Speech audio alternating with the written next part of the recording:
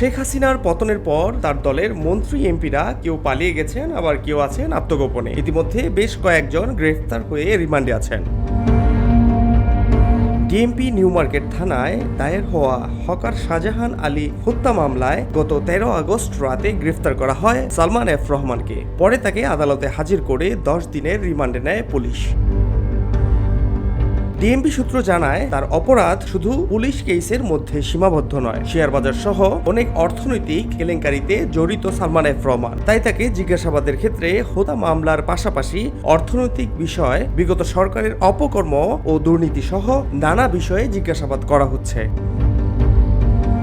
গত 14 আগস্ট সন্ধ্যায় সালমান এফ রহমানকে আদালতে হাজির করে 10 দিনের রিমান্ডে নেয় পুলিশ। জিজ্ঞাসাবাদ করার সময় ডিবির এক কর্মকর্তা সালমান এফ রহমানের উদ্দেশ্যে বলেন, আপনার অনিয়ম, দুর্নীতি ও লুটপাটের কারণেই দেশের এই অবস্থা। এ সময় নির্বিকার ছিলেন সালমান এফ রহমান।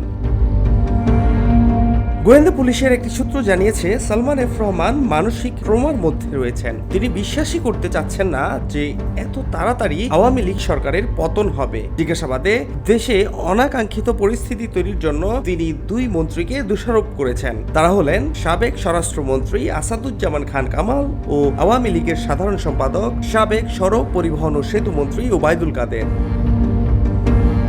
সালমান এফ রহমান যে মামলায় রিমান্ডে আছেন, ওই মামলায় কোনো আসামির নাম নেই। তবে অজ্ঞাতনামা হিসেবে বিএনপি ও জামায়াত শিবির নেতাকর্মীকে আসামি করা হয়েছে।